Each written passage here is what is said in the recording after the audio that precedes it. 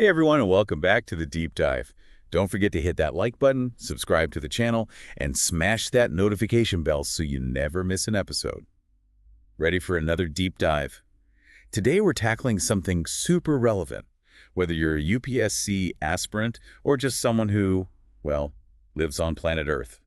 Disaster management in India. You know, it's interesting. We often think about reacting to a crisis. Yeah, like damage control. Right, exactly. But there's so much more to it. A whole world of prep work and strategies that go into minimizing risks before anything even happens. I see. So it's not just about picking up the pieces afterward. It's about making sure fewer pieces break in the first place. Exactly. And that's what makes this topic so crucial. Whether you're studying for exams or just want to be more informed and prepared, knowing the phases, the key players, all of it can be a game changer. And for those aiming to crack the UPSC. Oh, this is a goldmine for sure, especially in General Studies Paper 3. We're talking risk reduction, mitigation, the NDMA, all that good stuff. Okay, so first things first. Let's bust a myth. Disaster management isn't just about dealing with the aftermath. It's an ongoing cycle. You got it. A continuous process. There's the before, the during, and the after. And how these phases connect, well, that's the key. Okay, so walk us through it. What happens in each of these phases? All right, so the before phase, that's all about risk reduction and mitigation. Basically, it's about identifying potential hazards, earthquakes, floods, cyclones, the whole shebang, and then figuring out who's most vulnerable. I see. So like assessing which communities are most at risk. Exactly. And then putting measures in place to, well, minimize those risks. So like if a storm's coming, you're making sure your house can weather it. Yeah. You're reinforcing the foundation, maybe installing storm shutters, but it's not just about physical structures, right? It's also about awareness campaigns, early warning systems, evacuation plans, the works. Right, so it's like an ounce of prevention is worth a pound of cure, but for disasters. But what happens when, despite all our best efforts, disaster does strike? Then it's during time, emergency response. Oh, so now it's all about quick action. You got it. Evacuating people, search and rescue, setting up shelters, providing medical care. Sounds intense. It is. Imagine firefighters, medical teams, volunteers, all coordinating to save lives. It takes resources, a clear chain of command. And that's where organizations like the NDRF come in, right? Those highly trained folks we see in the news. Exactly. They're the heroes on the ground.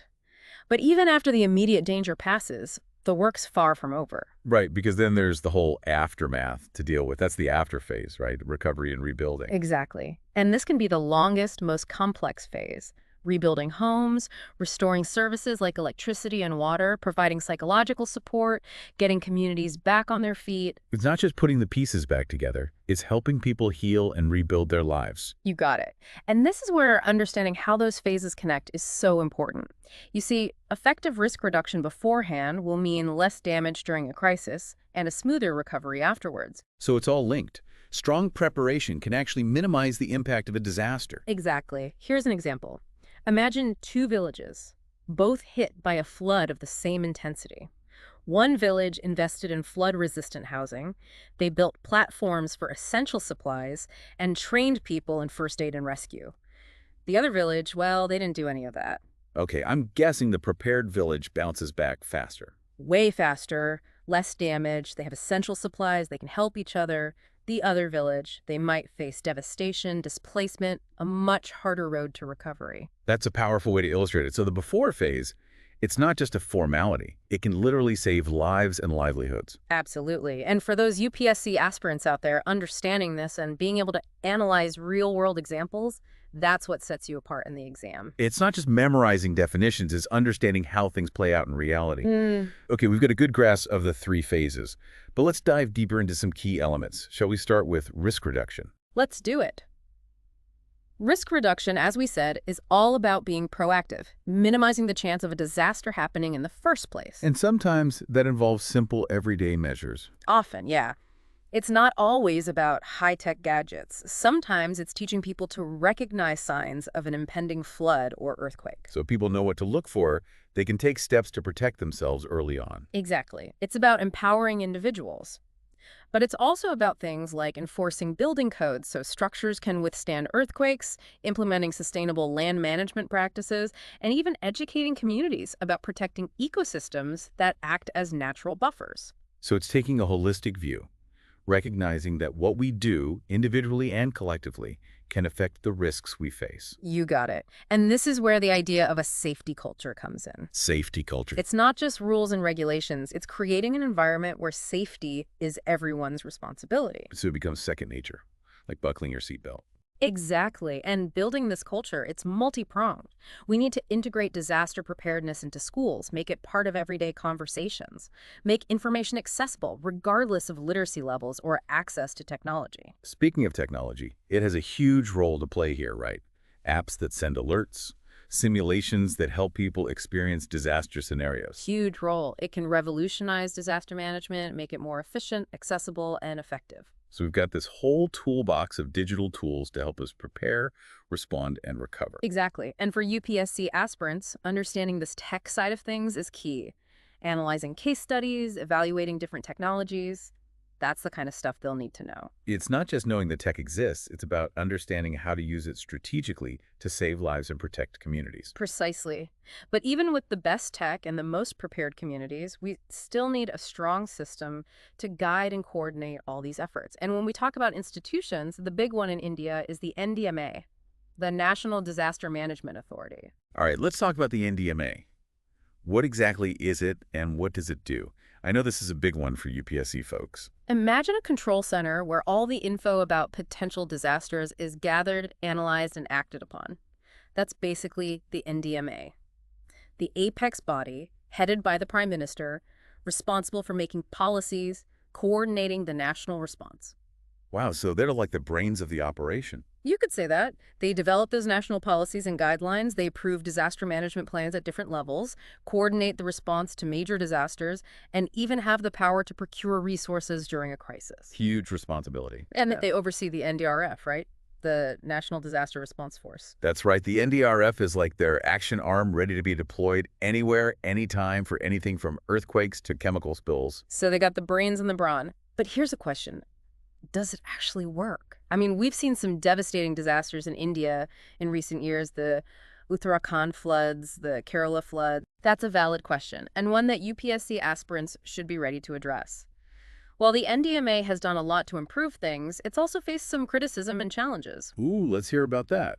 For example, with the Uttarakhand floods, there were criticisms that the NDMA didn't issue warnings quickly enough, despite the heavy rains and melting glaciers, and there were questions about how rescue efforts were coordinated. So even with a plan, timely action and implementation are crucial. Exactly. And these issues weren't limited to Uttarakhand.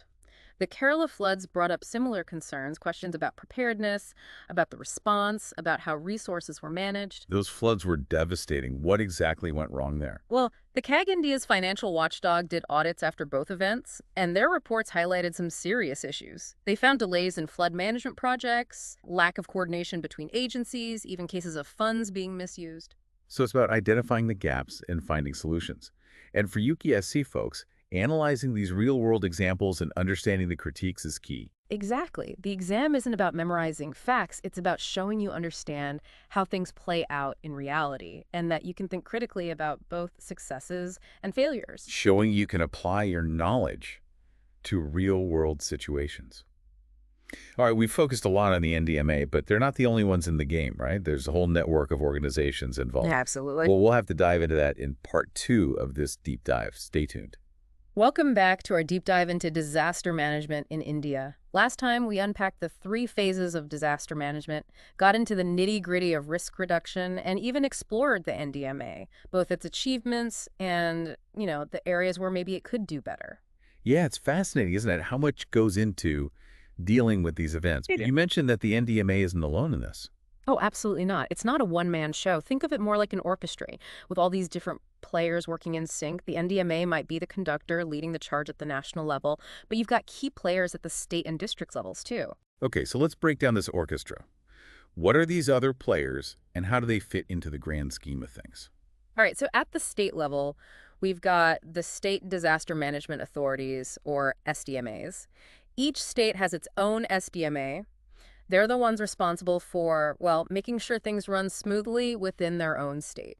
So they kind of tailor those national policies to fit their own specific needs. Exactly. You've got to consider the unique challenges and resources of each state. I mean, A coastal state like Odisha, they're always bracing for cyclones, but a Himalayan state like Uttarakhand, they're more worried about earthquakes and landslides. Totally different ballgame. Makes sense. So it's like mini NDMAs, but with a hyperlocal focus. That's a great way to put it. And just like the NDMA has the NDRF at the national level, the SDMAs have their own state-level forces, the SDRFs. So it's like a layered defense system ready to tackle whatever comes their way. Exactly. And it goes even deeper. At the district level, there are the DDMAs, the District Disaster Management Authorities. Wow, we're getting really local now. What do they do? You could call them the grassroots champions of disaster management. They plan and implement activities at the district level, making sure even those far-flung communities are prepared. So they're like a dedicated team for each district, knowing the area like the back of their hand. Exactly. They work closely with everyone, local communities, village councils, even individual families. It's amazing how disaster management is integrated into every level of the system, from the national right down to the grassroots. It really is. And for UPSC aspirants, understanding the roles of the SDMAs and DDMAs, just as important as knowing about the NDMA, the exam tests your knowledge of this whole framework. It's about understanding how everything works together to make India more resilient to disasters. And speaking of real-world stuff, all of this takes resources, right? Big time. Disasters can be incredibly costly, both in terms of lives lost and economic damage. So you've got to have a solid financial system in place. So how does India fund all of these efforts? Where does the money come from? Well, at the national level, you've got the National Disaster Response Fund, or NDRF. It's specifically for disaster management, preparedness, relief, rehabilitation, the whole 9 yards. So it's like a national emergency fund ready to go when disaster strikes. Exactly. And each state has its own version, too, the SDRF, the State Disaster Response Fund. So the states are leading the charge, with the center providing backup if needed. Exactly. The NDRF is there to support those states that have used up all their own resources. There's a process for requesting assistance, damage assessments, all that. Seems pretty organized. But I've also heard talk about a National Disaster Mitigation Fund. What's that all about? That's a good point. The NDRF and SDRF, they mainly focus on responding to and recovering from a disaster, right? But there's a growing awareness that we need to invest more in preventing them from happening in the first place. That's where the National Disaster Mitigation Fund comes in. Right, because as we said earlier, an ounce of prevention is worth a pound of cure. Exactly. Strengthening infrastructure to withstand earthquakes, building those early warning systems for floods, even relocating entire communities away from high-risk areas, that's mitigation. So it's a proactive approach, focusing on prevention rather than just reaction. Exactly. And while this new fund is still just a proposal, it really highlights how important mitigation is becoming. It's a shift in our whole disaster management strategy.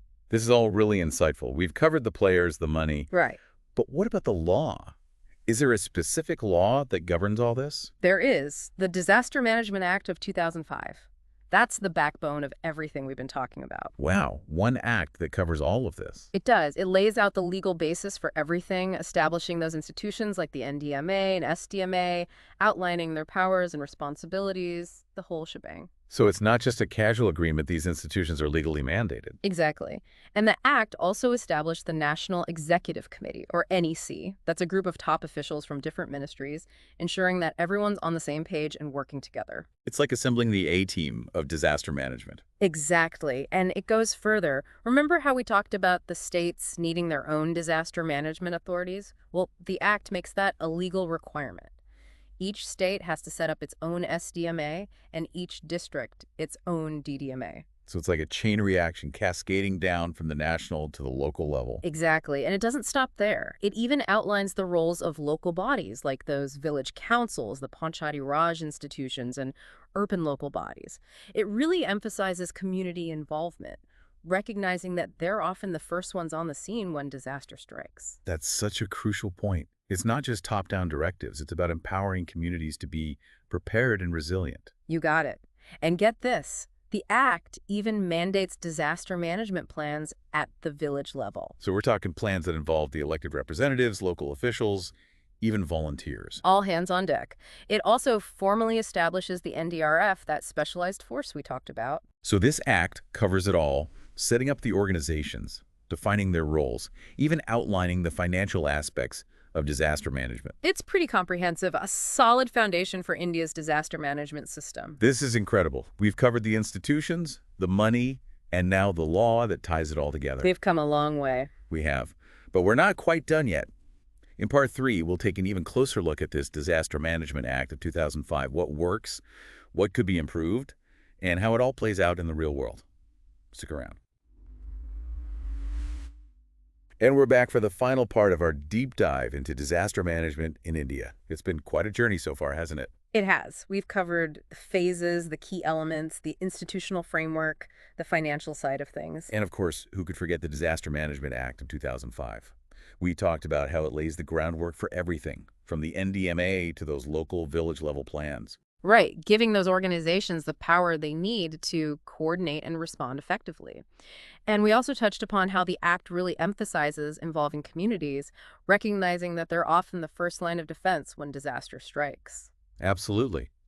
But like any law, it's faced its share of critiques, especially when put to the test in real-life situations. That's true. And for those prepping for the UPSC, understanding those critiques and being able to analyze the Act's strengths and weaknesses, that's crucial.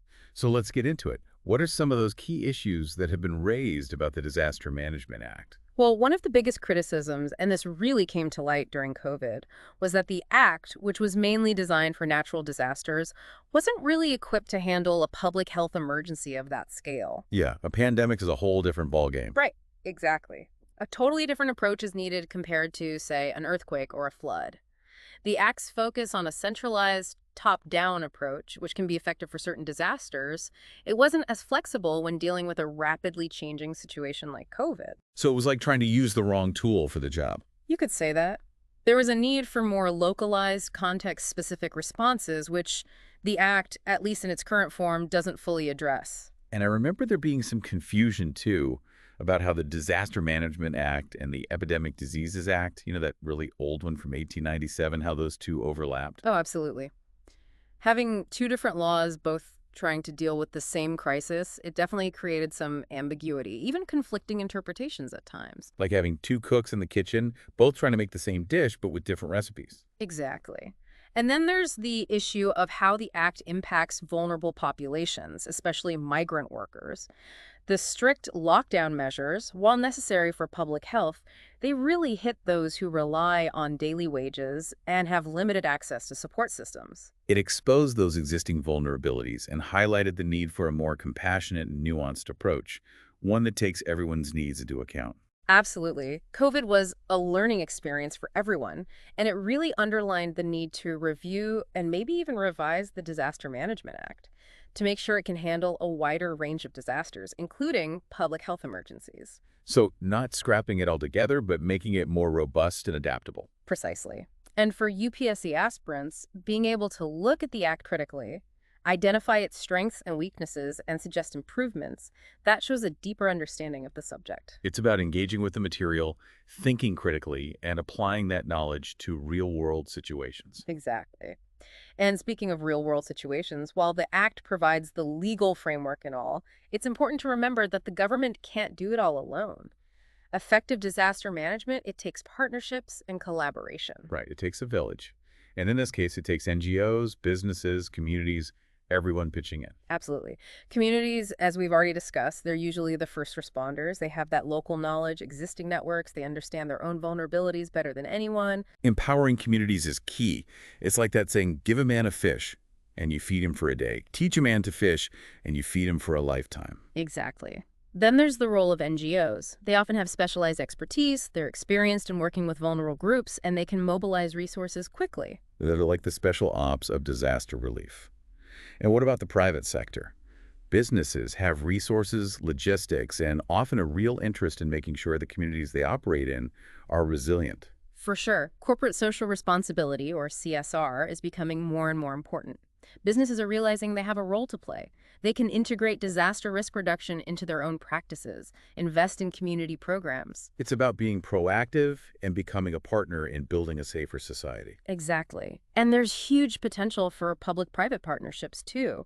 Those collaborations between government agencies and private companies can really make a difference. Imagine combining the expertise and resources of both sectors to create truly effective solutions. Exactly.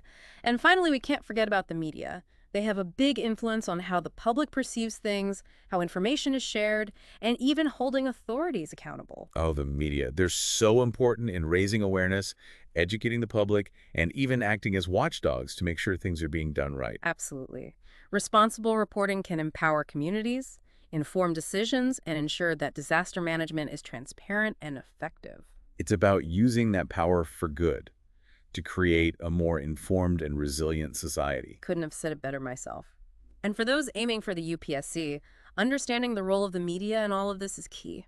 Analyzing how it can be used effectively, the dangers of sensationalism, how to improve media-government collaboration, that's the kind of stuff that sets you apart. It's about seeing the media as this powerful tool that can be used in different ways and understanding how to harness it for good. Well said.